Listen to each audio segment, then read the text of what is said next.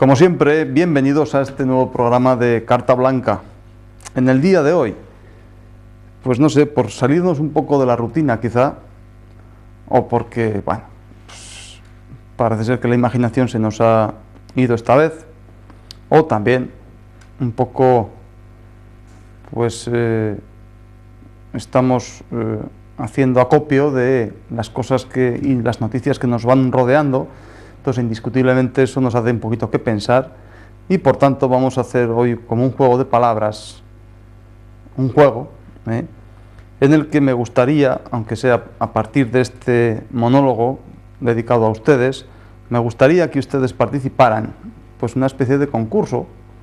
pues a alguna adivinanza en ese sentido. Pero claro, eso ya si ustedes quieren, ¿no? Pero por supuesto no les voy a prometer absolutamente ninguna clase de premio,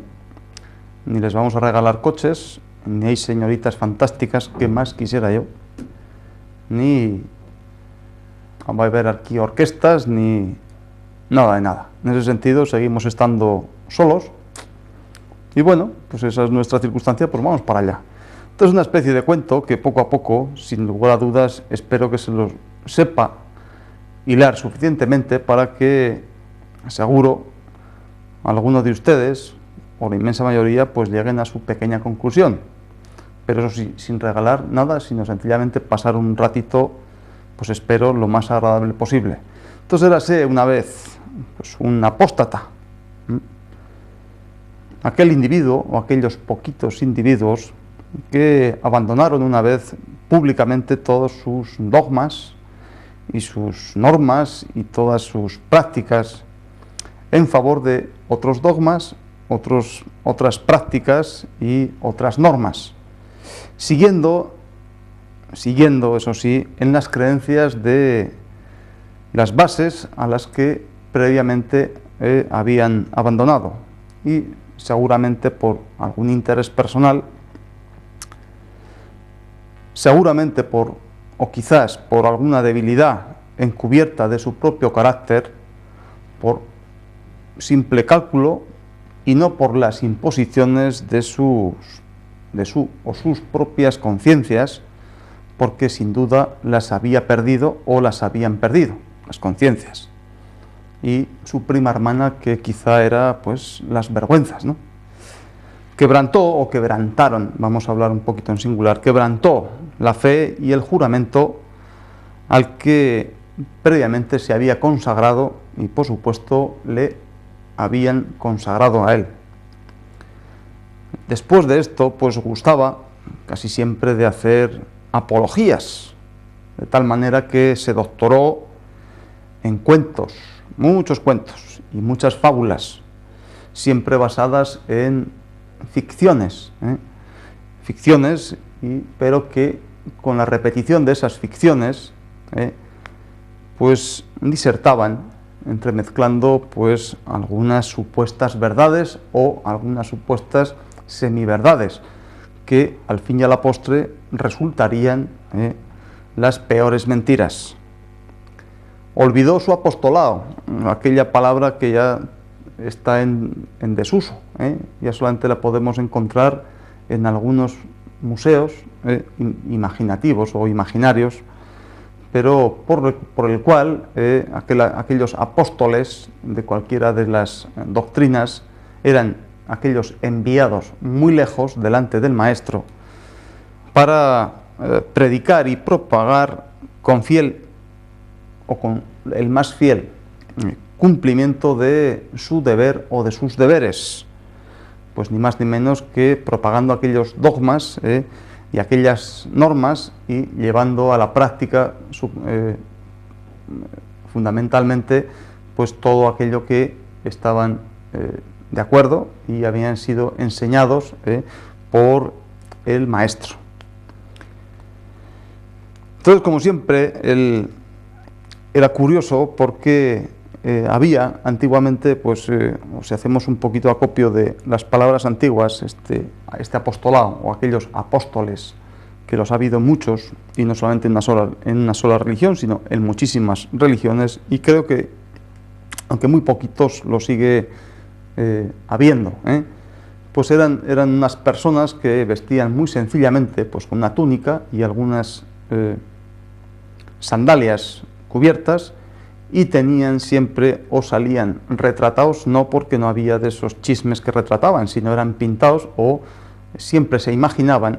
pues con las manos siempre vueltas hacia u orientadas, con las palmas de las manos orientadas hacia el maestro. Entonces siempre es curioso que cuando vemos láminas antiguas o vemos algunas reproducciones antiguas de esta clase de predicadores o estos apóstoles, siempre enseñaban las manos hacia ese maestro o ese que enseñó esas dogmas o esas prácticas o esas normas. Y era fundamental que, yo recuerdo, y me salgo un poquito del cuento, que es curioso que, claro, cuando el lenguaje de las manos que hemos visto pues en muchísimas ocasiones y por televisión, incluso por eso podemos llegar a conocer, no a conocer, pues digamos, íntimamente a una persona, pero sí, quizá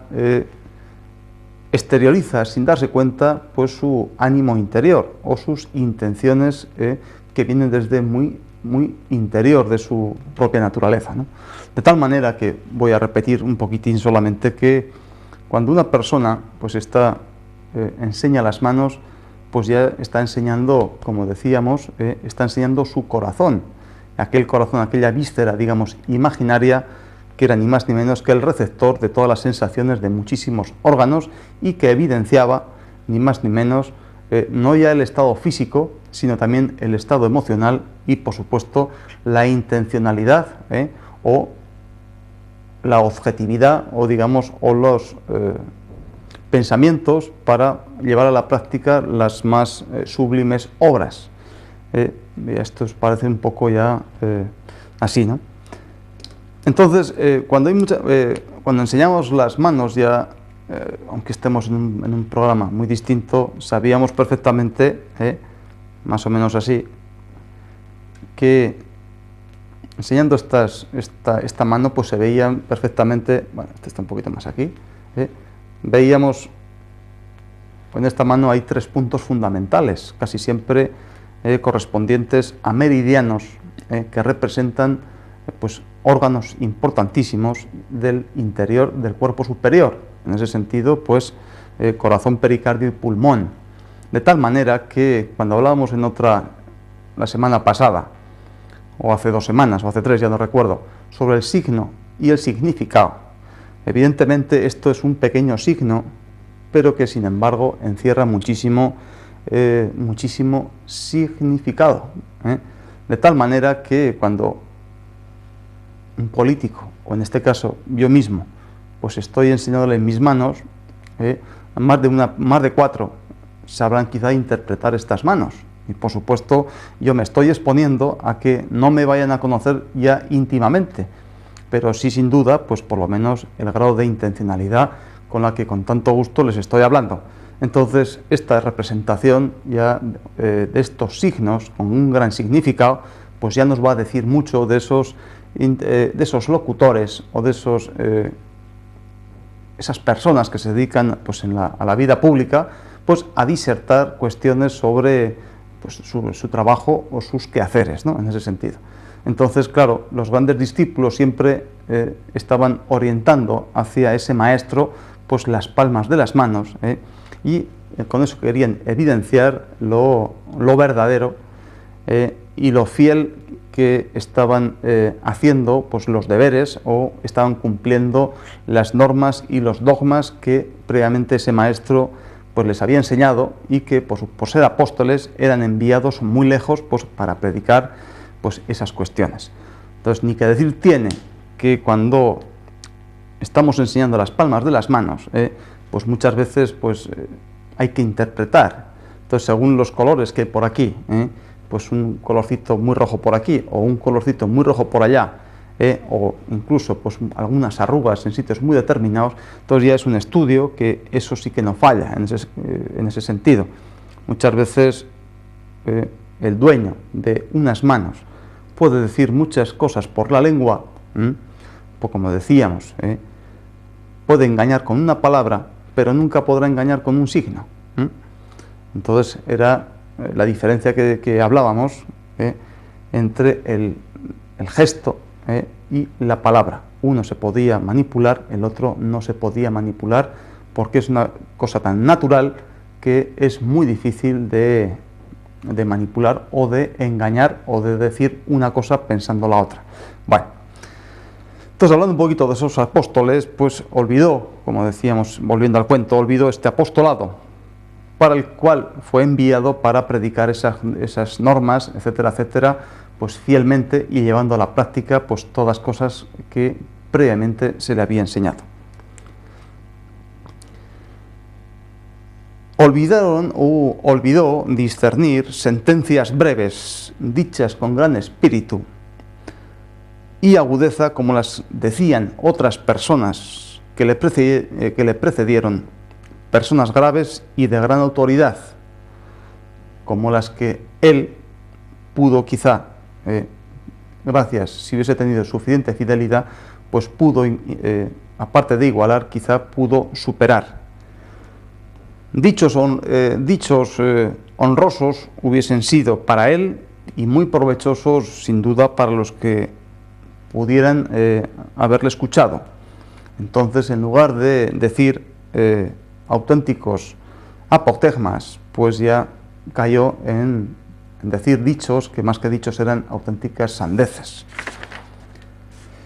No recibió, por tanto, ningún aplauso de aprobación por el pueblo y de todos. ¿Por qué? Porque nadie estaba alegre, ni nadie tenía ya el semblante risueño. Su reacción,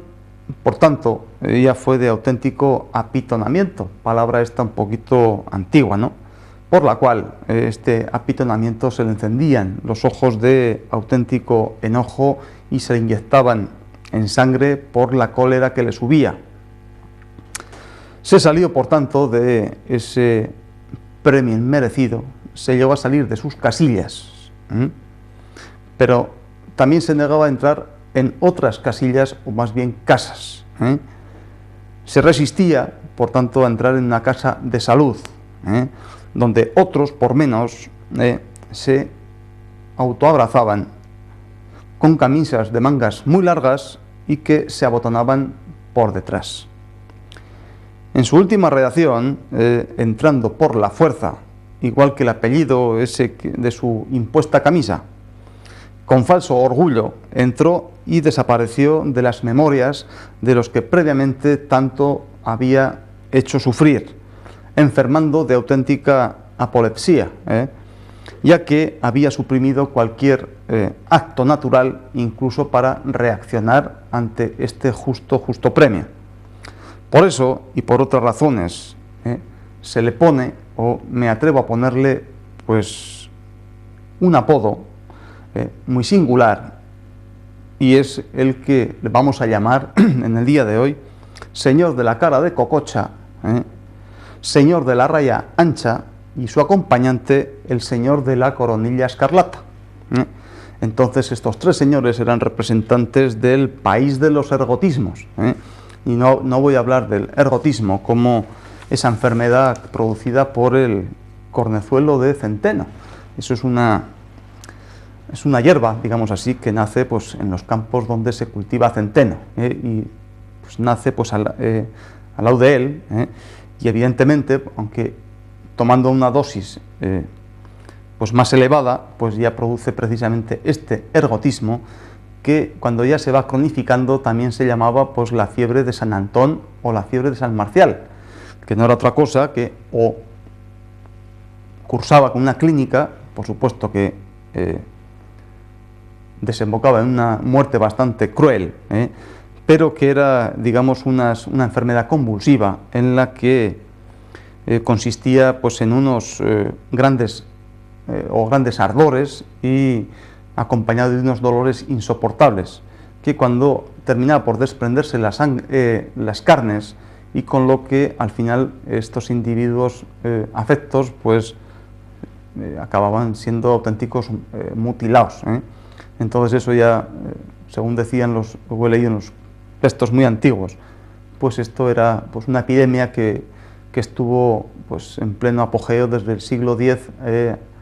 hasta el siglo XVI.